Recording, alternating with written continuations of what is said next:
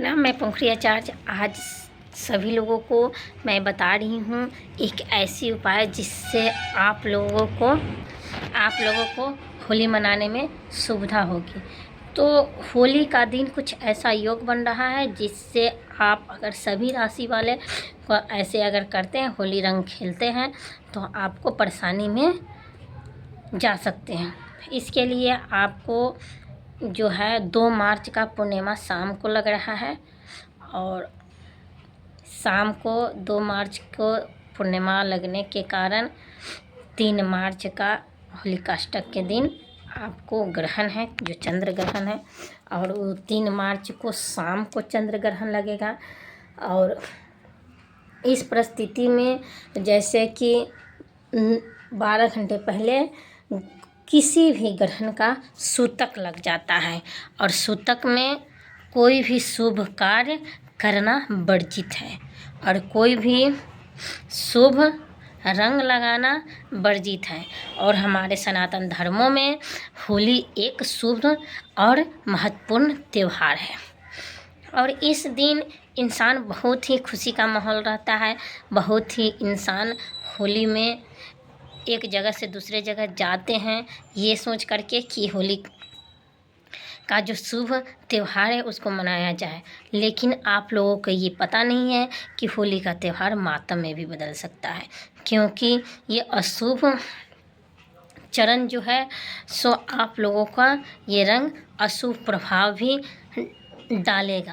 इसीलिए भूल करके बहुत इंसान होलिकाष्टक के दिन यानी होलिका दहन जिसको कहते हैं, वो उसी दिन से रंग लगाना शुरू कर देते हैं। तो ऐसे आप मत करिएगा, क्योंकि अब की बार का होली बहुत ही दर्दनाक घटना और शर्मनाक घटना की ओर ले जाएगा, क्योंकि ये सूतक लगने के कारण 12 घंटा पहले जो सूतक लग जाता है ग्रहण का, और अब की बार का ग्रहण जो भारत में दिखेगा और ये सभी राशि वालों के ऊपर बहुत ही घातक साबित होने वाला है। तो ऐसी परिस्थिति में आप लोगों को मैं बता दूं कि आपको रंग जब भी खेलना है तो 4 मार्च को ही खेलना है, क्योंकि उस दिन सूतक का जो प्रभाव है सो ख़त्म हो गया रहेगा।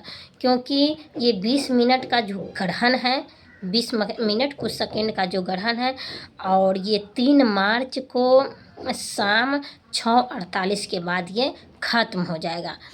तो इसके बाद इसी के लेकर के 4 मार्च को आप होली मनाइएगा और होली रंग डालिएगा, क्योंकि 3 मार्च को किसी को रंग लगाना नहीं है।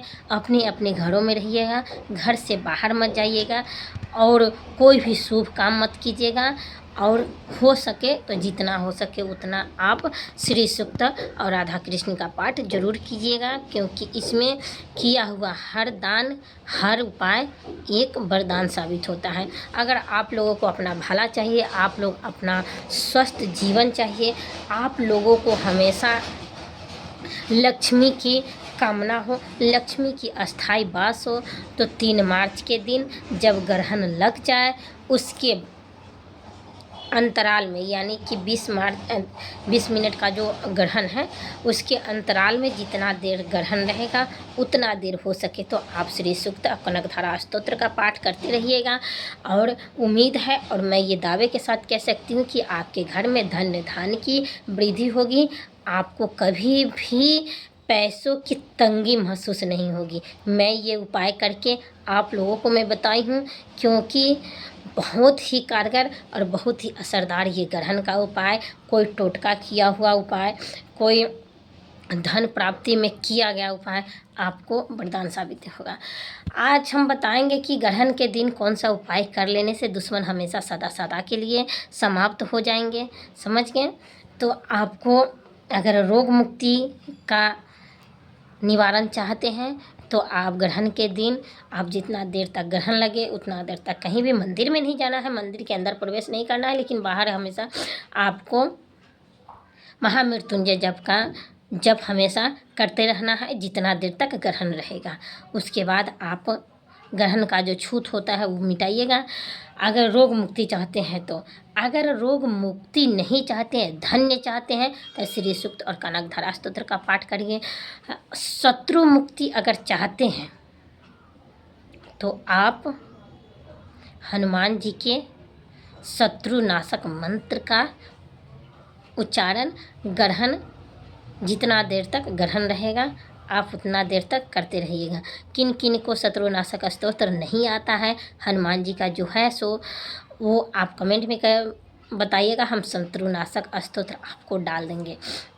लेकिन आप कमेंट कीजिएगा तो भी हम डालेंगे, नहीं तो नहीं डालेंगे। तो आपको शत्रुनाशक स्तोत्र हनुमान जी का जो है सो एक पाठ का तो है, ये है 2-3 लाइन का, तो अगर जापिएगा तो आपका शत्रु नाश हो जाएगा और शत्रु की समाप्ति हो जाएगी। शत्रु कभी भी आपका पीछा नहीं कर पाएगा। बात समझ रहे हैं? अगर आप रियल में सच्चे इंसान, अच्छे इंसान हो तो। और दूसरा उपाय आप लोगों को मैं बता दूं कि आप हमेशा कारोबार में पीछे रहते हैं, हमेशा कोई भी कार्य करते उसमें सफलता नहीं मिलती है, हमेशा ये हड़बड़ाते रहते हो कि ये काम करेंगे हमको पता ना फल मिलेगा या नहीं मिलेगा। तो इस परिस्थिति में ग्रहण के दिन आपको क्या करना चाहिए? इस परिस्थिति में आप हमेशा जो माँ वैभव लक्ष्मी का जो पाठ होता है, माँ वैभव लक्ष्मी का पाठ, उसको आपको कीजिएगा। सफलता आपको ग्रहण के दिन किया हुआ हर कार्य जो है सो एक अजब ही महत्वपूर्ण वरदान देता है। तो आप माँ वैभव लक्ष्मी का जो पाठ होता है वो आपको करिएगा। जितना देर कर ग्रहण रहेगा उतना देर तक मैं दावे के साथ कह सकती हूँ कि आपको कारोबार में हमेशा सफलता मिलेगी। लेकिन हाँ, अंदर से क्रूरता दिखाओगे, अंदर से दुष्टता दिखाओगे तो आपका काम होते होते हुए भी बिगड़ जाएगा। क्योंकि जा पर कृपा राम की होई, ता पर कृपा करे सब कोई। आप जब तक भगवान का कृपा आप लोग नहीं पालोगे ना, लाख उपाय करो, लाख दान करो, लेकिन आपको कोई फल नहीं मिलने वाला। इसीलिए अपने अंदर की मैल को धो लो। अपने अंदर आत्मा की गंदगी को धो लो। इसको धोने से मैं दावे के साथ कह सकती हूँ, कोई पाठ करो या ना करो, लेकिन आपकी ये गंदगी अगर धुल जाएगा तो गंगा स्नान कर लोगे। लोग जाते हैं प्रयागराज, अरेराज हमेशा जाते हैं लोग स्नान करने से क्या फ़ायदा? मैं तो कभी नहीं जाती हूँ, कहीं भी स्नान करने नहीं जाती हूँ, कहीं पे भी नहीं जाती हूँ। अगर कभी भी मौका भी मिलता है तो मैं मायके जाती हूँ। वहाँ पे एक नदी है, उसमें हर आदमी स्नान करता है, उसी में रंग छुड़ाना होता है तो छुड़ा लेते हैं। लेकिन कभी भी गंगा स्थान, प्रयागराज, कहीं कोई तीर्थ नहीं जाती हूँ। और नहीं जाती हूँ तो क्या हुआ? कुछ नहीं होता है, क्योंकि ये अंदर की आत्मा की मैल है। इस मैल को धो लोगे तो आपको हमेशा हमेशा के लिए भगवान का साथ मिलेगा। समझ गए? तो इसीलिए कभी भी अपनी दृष्टि से किसी को नीच भाव से न देखिए, ताकि आत्मा में परमात्मा का वास है।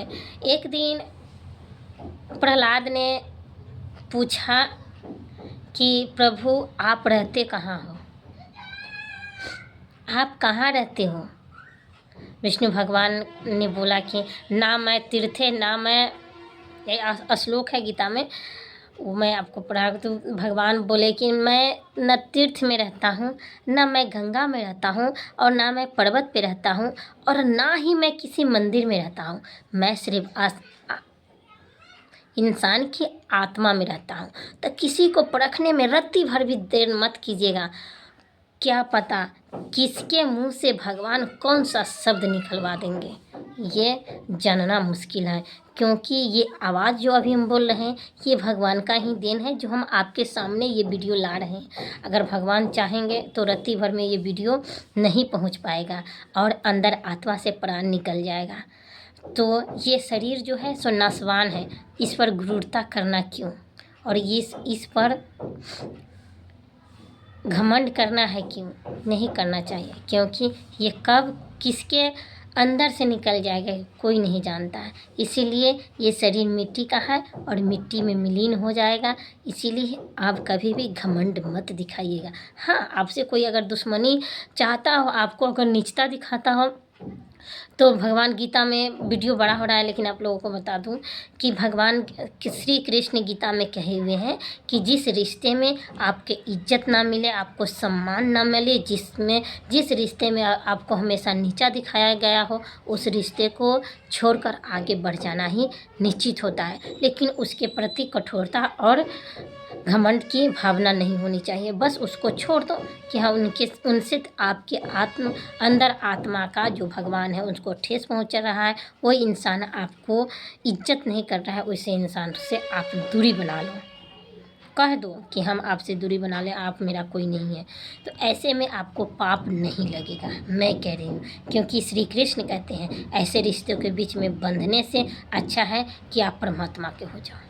फिर मिलेंगे अगली वीडियो में, और कल एक और सी बहुत बड़ा टोटका लेकर मैं आऊँगी। आप लोग कमेंट ज़रूर कीजिएगा और सपोर्ट ज़रूर कीजिएगा। जय माता दी, जय माँ काली।